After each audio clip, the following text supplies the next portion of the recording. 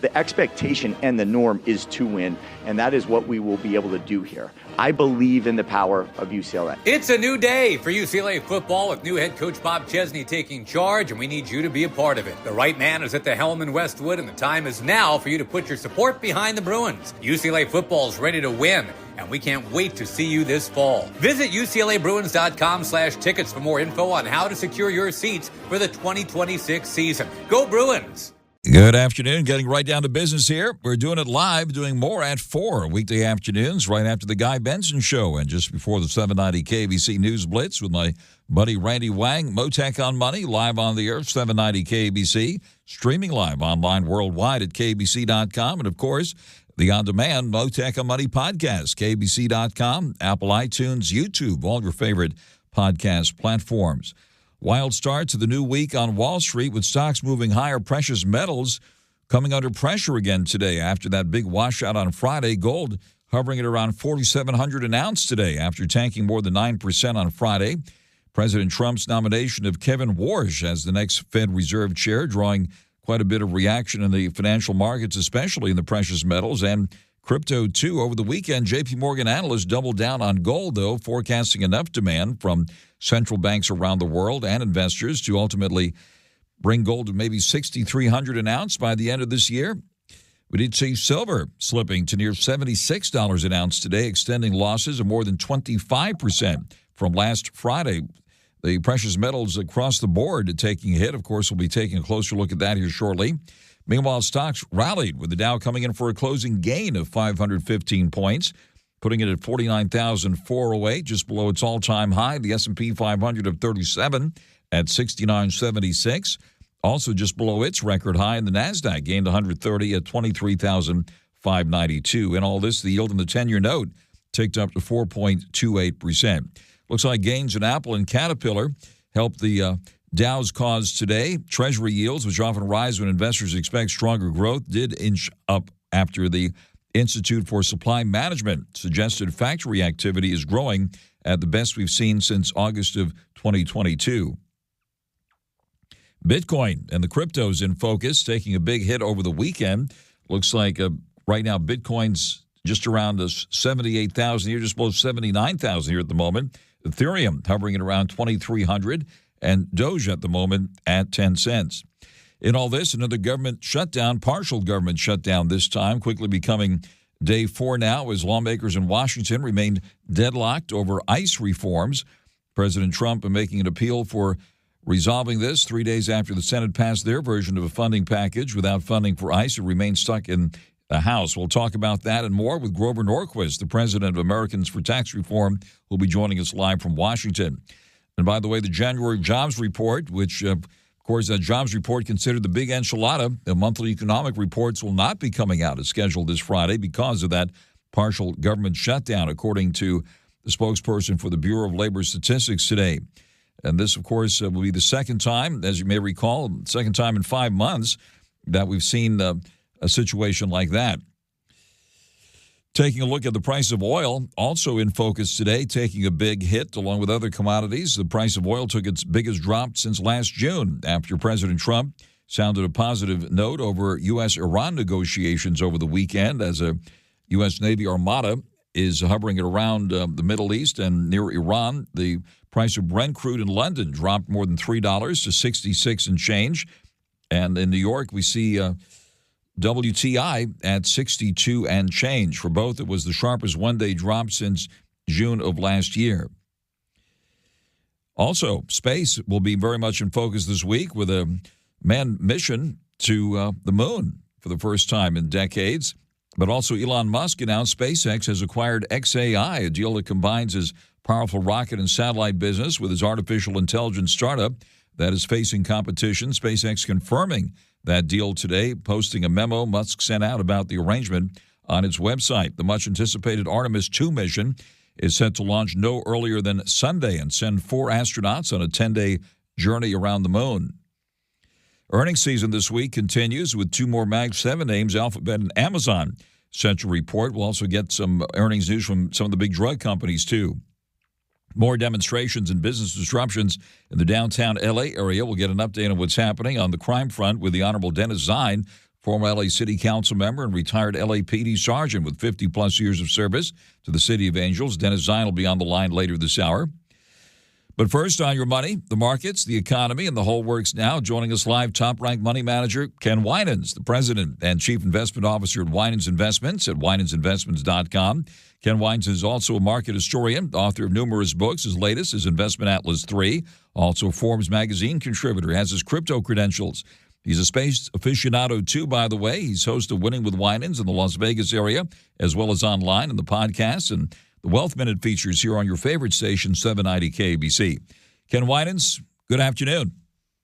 Hey, Frank. Happy February. I mean, we blew right through January like a hot knife through butter. Yep. And, let me start with some good news. We managed, in spite of all the volatility, including even with what happened with the commodity plays on late last week, the S&P 500 is up 2% year to date. The Dow Industrial Average up 3%. This is a very good start to the year.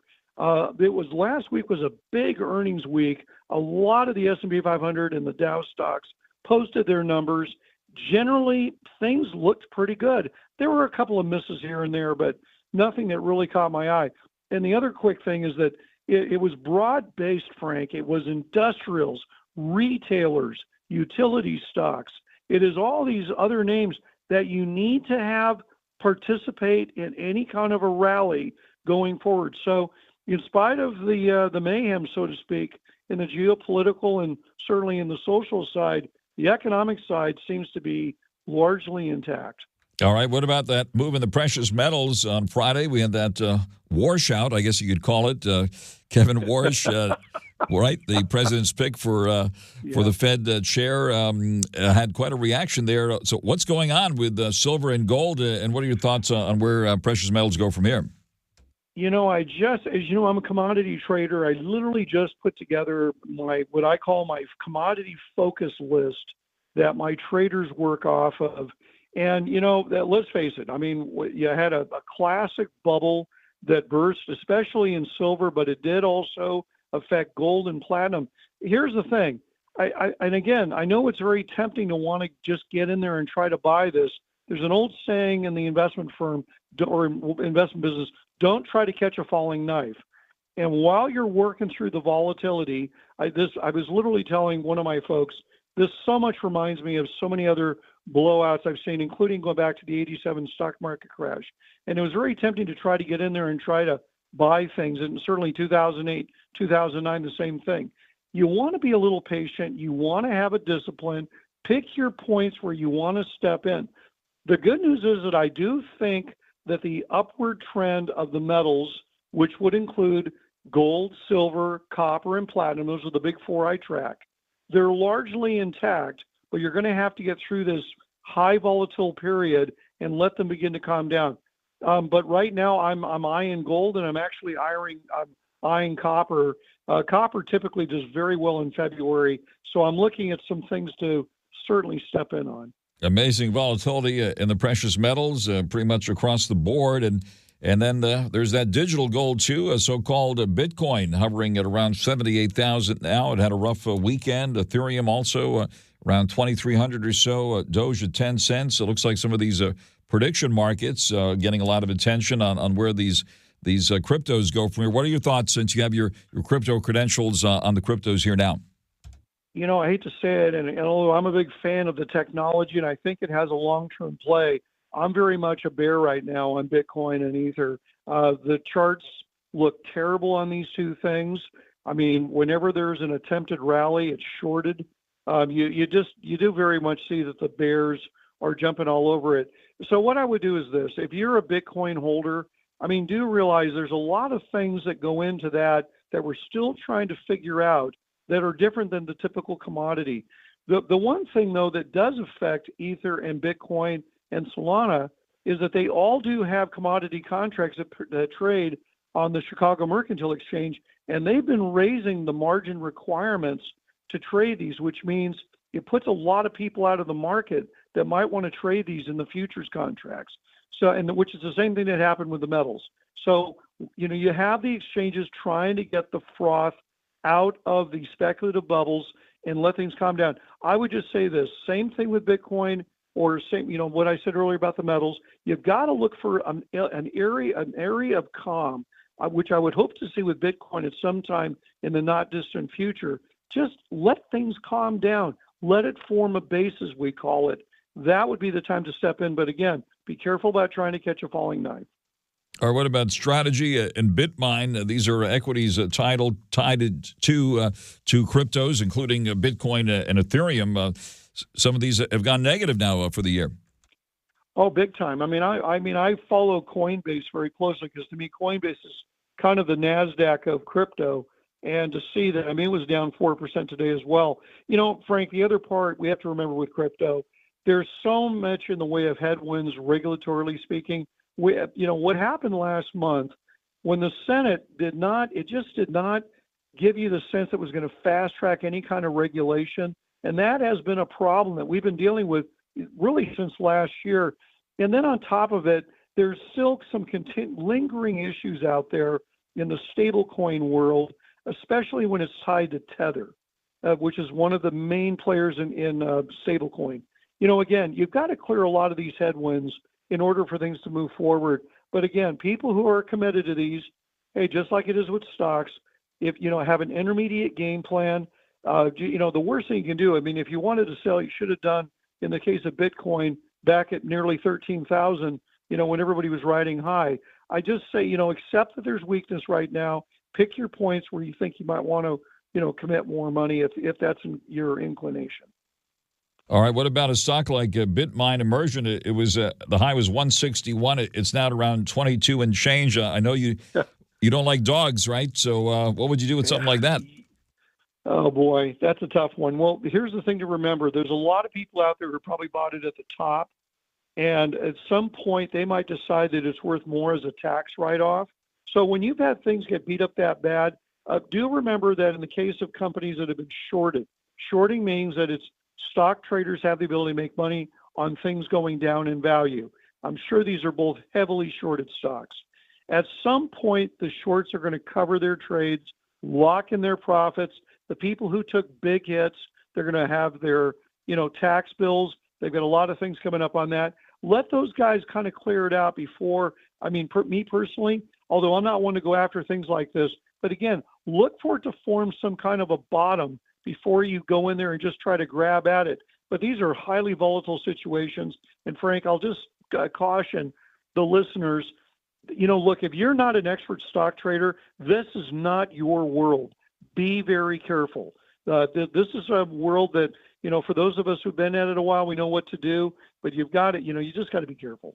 Absolutely. Look at strategy. The high on strategy, 52 guy, 457. It's now at around 139 after a drop of $10 and change here today. What about on the geopolitical front? We've seen a lot of volatility in oil now, too, on the president's latest comments as we await some news in the Middle East here with the Armada surrounding Iran there, oil pulling back to around 62 a barrel here at the moment. What about oil in all this? You know what? I actually have a buy on my commodity thing for light crude, as we call it, the contract for light crude. A couple of things to remember. And again, oil is a tough one because, Frank, you hit the nail on the head. It is very geopolitical. That is one problem when I look at whether you're talking about the precious metals or now you're talking about crude. It's one of the reasons I actually like a lot of commodities like cattle, or certainly in the agricultural plays, because they're not quite as geopolitical. But here's one thing for anybody who's trying to eye the oil stocks. This is a very compelling statistic. I have the seasonal statistics going back to 2000, carrying forward, and crude oil in the month of February, 74% of the time goes up 6%. I think if you are short crude right now, you better listen to what I just said. You're playing Las Vegas odds on your short continuing to work out. So I would simply look at buy the tips. I'm certainly going to be doing the same thing. Oil is up 6%, year to date is up 8%. I don't think you can dismiss that. One other quick thing.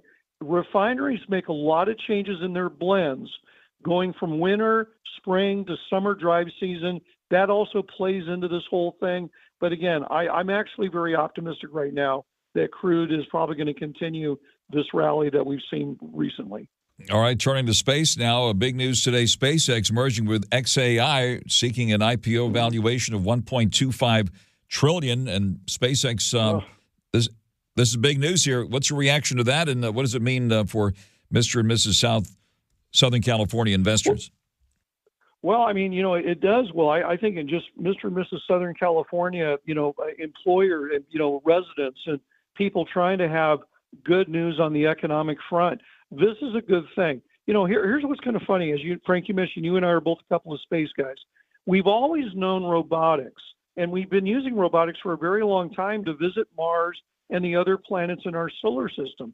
We need to have that because it obviously takes a long time. Just to even get to a planet like Mars, it takes a long time. So to have AI involved is a big deal. And I think that certainly Elon Musk, he knows what he's doing. He's very committed to space. Obviously, we're going to do our version of an Apollo 8 mission here very soon to do an orbit around the moon. That's fantastic stuff. There's a lot of front here. Now, I know I often get asked, why does space matter to the general public? The technological offshoots, I always bring this up. We got them from Apollo. We've got them from our missions to Mars and the robotics. Go ask the guys at JPL about that. This benefits our society. Plus, I believe now when you've got competitors like China who might collaborate with Russia and some of these other players who also want to go to the moon, we need to put, a permanent presence there. And so I believe it is important. All right. So this IPO that is expected here now, so that this will be the big SpaceX IPO tied with AI here. We don't have the timetable yet on this, but Elon Musk says his space company has merged with his AI company, and ultimately with the goal of eventually putting data centers in space and probably more Teslas in space too at some point, right? He's all over the place on what's going on. We see Tesla shares pulling back today, down nearly $9 at $421 and change. What are your thoughts on how investors should approach this big news here? Well, here are a couple of things. I think history is very important to understand. And for those of us who remember the Tesla IPO, when he merged Solar City in with Tesla, with the idea that people would need to use solar panels to charge their cars at home. This is not unusual for Mr. Musk to combine things before IPOs. The problem right now is trying to get shares. I mean, I've been asked by a lot of people, hey, I want to get those SpaceX shares. Well, they're hard to get. And I caution people about IPOs. I've been in this game a long time. That itself is a very tricky thing. I've seen a lot of IPOs that have done badly. Look at some of the crypto IPOs that blew up. You have to be careful. There's nothing sure. But this is a big deal. And I think, again, it could actually draw, the IPO itself could draw a lot of international investors into this market, which I actually think would be a positive for U.S. stocks in general. But Frank, we'll just have to see how it plays out. But there's just an awful lot. I see it as a lot of good economic news that I think 2026 is going to continue to give us. And I know the naysayers say I'm wrong. That's fine. But the big, beautiful bill put a lot of things in place for American business, including industrial companies and all those companies in those countries and those foreign corporations that made those commitments of trillions of dollars into U.S. plant and equipment. I think this is a year we really start seeing that take hold. All right, the VIX index in all this today pulling back 6%. Any specific places where you are putting money now and or taking off the table? Well, I try to be consistent with your show because, that's the one thing that we are very, very good at. Look, here's the thing. If I told everybody, over the last couple of weeks, if you had your stock list together, look for those names of those companies that are on track to have, they went through year end, the numbers are good. So you know what? I think a couple of areas that continue to blow me away, retailers. Who would have ever guessed retailers? Well, I'll give you a couple of names. Go look at, Walmart hit a new high today. TJX, Casey's General Stores, which is a store out of the Southeast, but a big holding of mine. I think, again, retailers. I'm going to go back to what I just said a moment ago about industrials. I am amazed at how so many tech stocks are having an absolutely bad start to this year. I think, again, that it's a very crowded trade, especially in AI, but I find that people are way, way underexposed in industrial stocks. So if you're somebody who likes space, remember that there's a thing we call aerospace, better known as the defense industry. And, go take a look at companies like GE Aerospace or Kratos Defense or Curtiss Wright or Howmet. These are all defense plays that all have ties to space.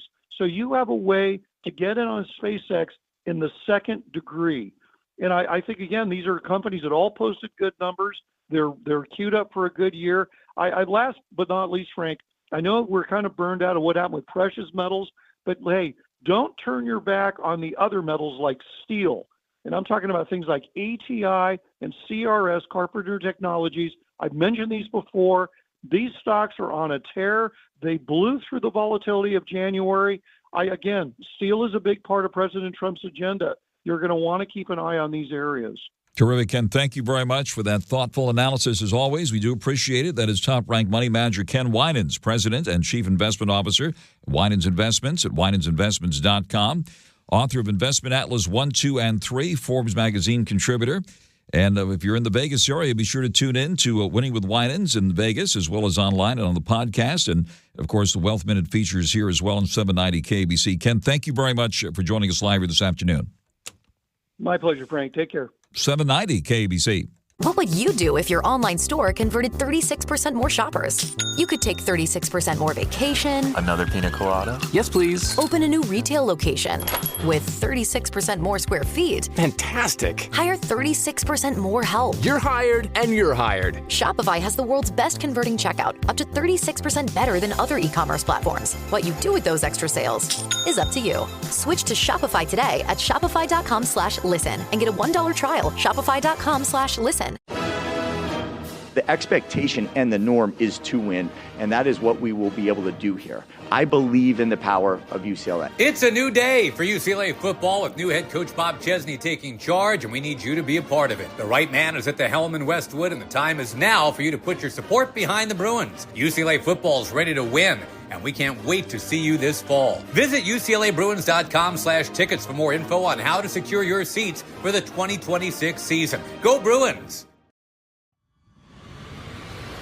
Mic Drop, hosted by former Navy SEAL Mike Ridland. What does it mean to be an American? To be American is you love your country above all else.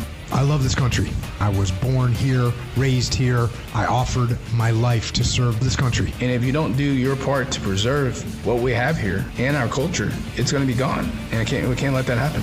Yeah, that's Mic Drop. Mic Drop. Follow and listen on your favorite platform.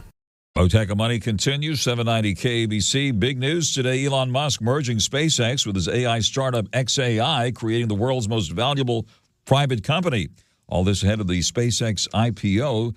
SpaceX acquiring XAI, this deal combining Elon Musk's rocket and satellite business with an AI startup facing competition. All this with the idea to launch AI data centers into space. Good day for the stock market. Not so great for precious metals and cryptos. The Dow up 515 at the closing bell. The S&P 500 of 37. The NASDAQ of 130. All the major averages hovering near their record highs. Gold right now at $4,773 and change, nearly $1,000 below its recent high. Silver, following that big washout on Friday, rebounding a bit today at 81 and change. Platinum at $2,159, palladium at $1,763. We're looking at Bitcoin just below 79K, Ethereum at $23.48, and Doge at 10 cents. Oteka Money continues, 790 KABC. Looks like the latest partial government shutdown already impacting the release of the big enchilada of monthly economic reports. The jobs report will not be getting this Friday because of the latest government shutdown. Let's bring in Grover Norquist now, president of Americans for Tax Reform, who has a ringside seat to all the action there in Washington. Grover, thank you very much for taking the call here this afternoon. Absolutely. Delighted to be with you. Give us an update on what's happening there with this latest government shutdown. Well, the Democrats had agreed to a number of appropriations bills, getting a lot of the work of the year done, which is a little bit surprising because in past years they'd refused to go through the normal process. The normal process is the House Committee for Agriculture and Labor and Defense. Each separate group gets together, that committee, they come up with an idea, the Senate comes up with a budget, they talk to each other, they come to one they can agree on, and then they pass it in both bodies, and it goes to the president, who's been yelling at them the whole time, whoever's government saying, I prefer this, I prefer that, but then they usually sign it, rarely veto it, but they could, and then you go back and the House and Senate look at it again. But the House, Senate, President all come to an agreement for each of the 12, 13 different big budget areas. But when the Democrats lost their majority in 94, because for the previous 64 years, they had both, they've had the Congress all but 2 terms. Only for 4 years of 64 years did the Republicans have control. So the Democrats controlled everything. They liked that budget. The Republicans, would be listened to, but they didn't have the votes to do very much. Then all of a sudden in 94, the Republicans took over the House and the Senate. And because they became the party that would not raise taxes, 96% of them signed the pledge never to raise taxes. The Republicans have had control of both houses 18 years since 1994, and the Democrats only 6. And 6 years it was split. So the Democrats went into opposition and said, we're never doing normal budgets. We'll just wait till the end, and we'll filibuster anything unless you just put the whole thing in a big pile, and we'll negotiate from there, because then the Democrats have a whole bunch of clout, and the leadership of the Democratic Party can tell the agriculture Democrats, I'm sorry, you can't get what you want. We're making other deals, and they can go to labor. I mean, the Democratic congressman didn't have any say. Only the leadership did, but they had a veto over things. And for some reason, which I don't clearly understand, because I remember the Republicans saying we want to get to normal voting pattern. I understand that. Why would the Democrats ever agree? For whatever reason, the Democrats maybe think they didn't do well with the last shutdown, but they've been agreeing to the defense budget and all these other budgets, but they decided that they think they could do. Remember Floyd George? And they had a bunch of riots after Floyd George, the counterfeiter, died in police custody. And they said that they think helped elect a Democrat president. So they want to have more of this over ICE. And so they'll say, we'll shut the whole government down over ICE. Well, they can't shut the whole government down because bunches of it have been getting passed. They can shut some of it down, and they can make a lot of noise. I don't quite know why they're doing this. I mean, it's a political move. It's not about anything in particular. And it'll be interesting to see how it plays out. I think they'll shut things down for a while and then come back when they've gotten the headlines. Will it be another record shutdown? Remember, last time was the longest shutdown in U.S. history, and we're coming up here on day 4 now, and looks like the Senate passed their version of the funding package without funding for ICE. Remains stuck in the House at this point. Any prospects for resolving this quickly this time around? Well, one question is, do you pass everything except ICE? And then the Democrats could sit, and because they don't care if ICE doesn't get funded at all. I think the stronger leverage is for the House to pass everything that they can. They may send it back with ICE, and then the Senate, we'll see what the Senate does. But there'll be a discussion, and at some point, they'll beat each other up for a while. But it's a much smaller playing field because a bunch of the government has been funded since this happened. You're dealing with a couple of agencies, not the Army. All right. We're looking at you're looking at taxes too, and you've written up a very interesting article here on people voting with their feet, getting away from high-tax states, and give us the latest on that based on some of the numbers that you've just taken a look at. Yeah, the Census Bureau counts how many Americans there are and where they live in the 50 states. And they do this because under the Constitution, they're required to tell Congress every 10 years how many people live where. And then they assign electoral college votes and House seats to larger states. California has more congressmen than Oklahoma. But that changes every 10 years. And what came out now is that looking forward 5 years, the Census Bureau is projecting that if trends continue as they are, that you will see about 9 congressional seats, 9 electoral college votes, shift to red states and away from blue states. Now, are people moving from Democrat governments to Republican governments? Well, I guess yes, but why? And this is why Americans for Tax Reform looked at this and pointed out that the top 10 states that people are moving to have a average income tax rate of 3.9%. The 10 states that people leave, and California is one of those, the average top personal income tax rate average is 8.8, so twice as high, more than twice as high on those averages. And this is a very interesting number. You look at them, and I'm looking at the states people moved to. South Carolina, their House in July of last year voted to phase the income tax to 0. I was down there meeting with their legislative leadership, and they've agreed that the Senate's going to pass the exact same bill as the House, so they'll be on path to 0. Idaho cut its taxes and went to a flat rate tax. North Carolina has been phasing down to 0 for 12 years. They were the first state to begin to do this. They're phasing down to 2.49, and then they'll have to pass another bill to take it to 0. You're looking at Tennessee, a 0 income tax state.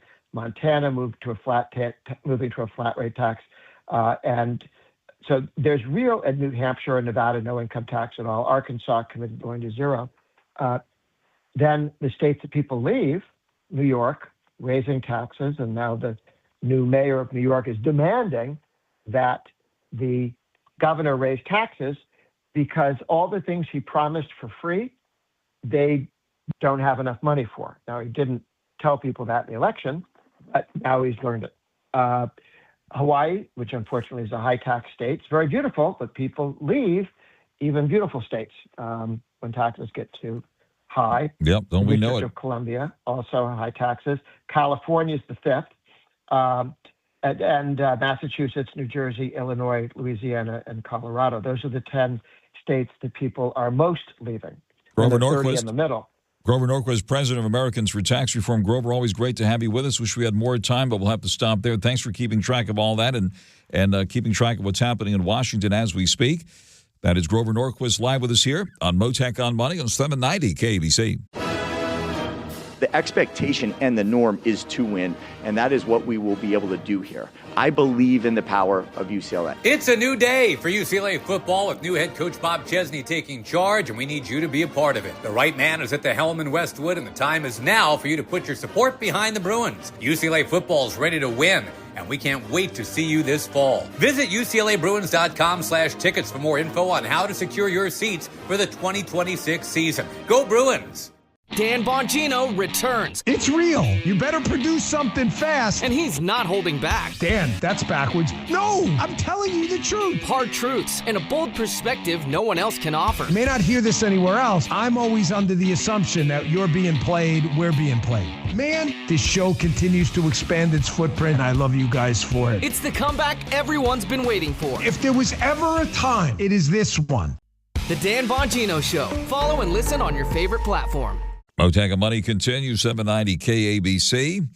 More demonstrations and business disruptions in downtown Los Angeles. Dozens of arrests over the weekend in downtown LA. Another anti-immigration law enforcement protest against ICE. Federal agents guarding the Federal Detention Center downtown were attacked by a crowd throwing trash and debris. The agents fired back with pepper balls and sprays. Tensions escalated after some of the crowd began throwing fireworks, rocks, and other items at the LAPD.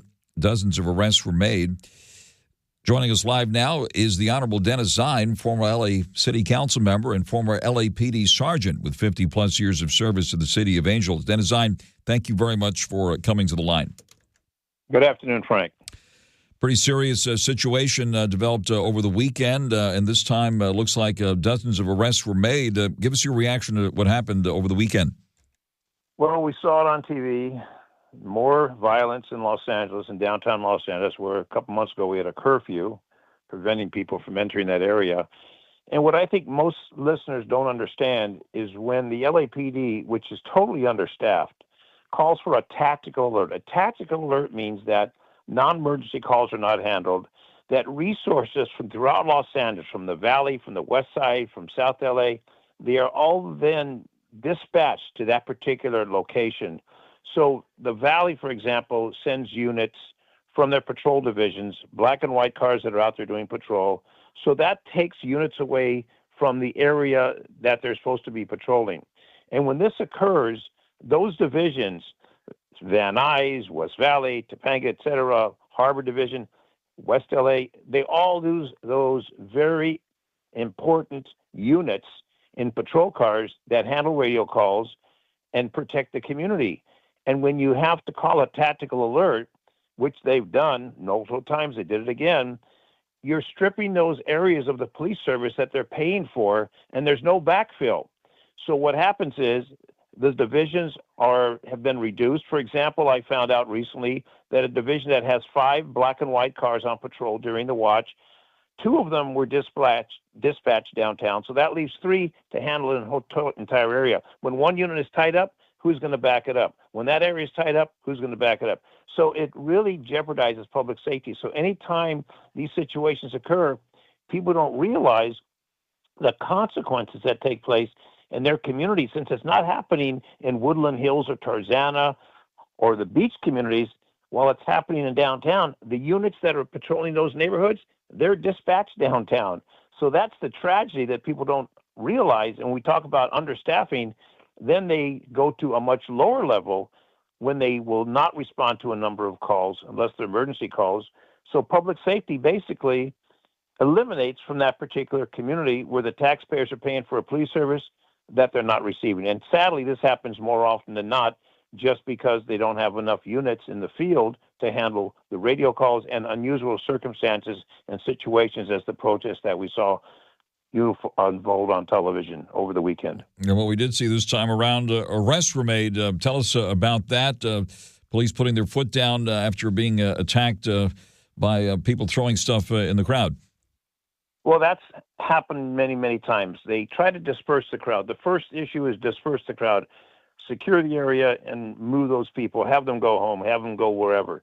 But when they don't want to leave, when they resist and they want to be arrested, then they have to bring in the resources to arrest them. That ties up more people, ties up the booking process, ties up the transportation to the jail operation. So what it does, it just boggles down the system where the people in certain areas of the community of Los Angeles are not getting any police service because of the time it takes. Once an arrest is made, there's a lot of paperwork that has to be processed, the booking, et cetera, and there's a whole process that takes place, which costs hours and hours and a lot of money.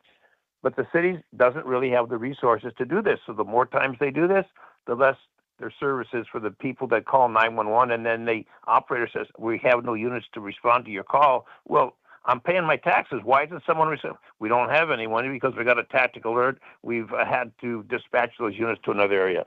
So the taxpayers throughout the city of Los Angeles all suffer when you hear a tactical alert broadcast. That's exactly what happens many, many times because they don't have enough units and resources to handle those situations. They don't have, like we saw on TV, where the SWAT truck sits by and just stands and waits for a call. No, these people are all working, and there's only limited numbers working. So you have to do with what you have to do with what you got. And what you have is not enough to do the job.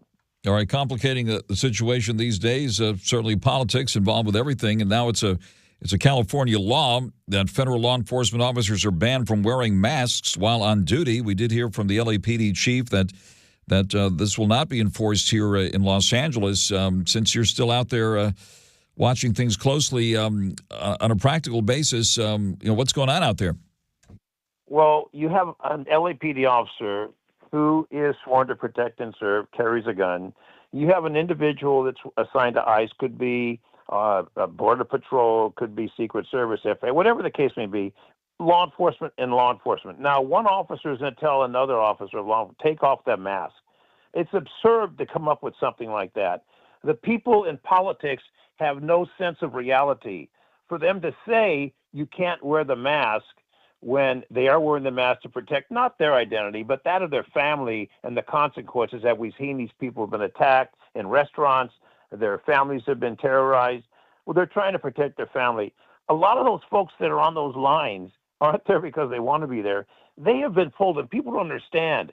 We don't have those forces available. These federal agents, these federal people have been pulled from the federal agency that deals with law enforcement, from the FBI and the Secret Service and the Sky Marshal. You name the federal law enforcement that carry a gun, that's who those people are. They're not assigned to Border Patrol. They're assigned to other responsibilities that they're not able to handle now because they've been redeployed to this activity for immigration enforcement throughout the United States of America. So the bottom line is they're not trained like your police officers who go through training, and the police officers are trained to de-escalate. De-escalate. And where do you see police officers in Los Angeles or LA County sheriffs jumping out of unmarked cars and tackling people? It's unheard of. So what we see happening with this immigration enforcement is really clashing with what professional police officers are trained to do, and that's protect society and do it in a responsible, professional manner. It's not what we see happening on television, where these officers assigned to this detail of immigration enforcement are not really following what we have as standard procedures. So wearing the mask to hide their identity is really not going to accomplish anything. And LAPD says, we're not going to enforce that. You have that policy, we're not going to enforce it. So one officer goes to another officer and say, take off that mask. They're both armed, so which one's going to pull a gun or a baton and shoot? Isn't that something? And we did hear from the police chief saying that one armed agency approaching another armed agency to create conflict doesn't make sense. The Trump administration, by the way, challenging this ban here in California, which went into effect on January 1st. The Honorable Dennis Zine, former L.A. City Council member and former LAPD sergeant, 50-plus years of service to the City of Angels. Thank you very much for joining us live here this afternoon on Motec on Money on 790 KBC. Stay tuned now for the 790 KBC News Blitz with Randy Wang. The expectation and the norm is to win, and that is what we will be able to do here. I believe in the power of UCLA. It's a new day for UCLA football with new head coach Bob Chesney taking charge, and we need you to be a part of it. The right man is at the helm in Westwood, and the time is now for you to put your support behind the Bruins. UCLA football is ready to win, and we can't wait to see you this fall. Visit UCLABruins.com/tickets for more info on how to secure your seats for the 2026 season. Go Bruins!